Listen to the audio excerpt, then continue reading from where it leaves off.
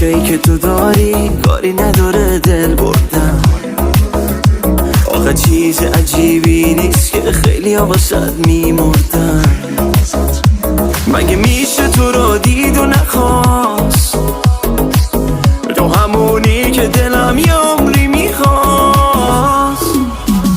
آخه کی از تو بهتر که بخوام بشم فداش، نمیخوام عشقی تو رو ببینه بیفته به چشاش. همیشه پای تو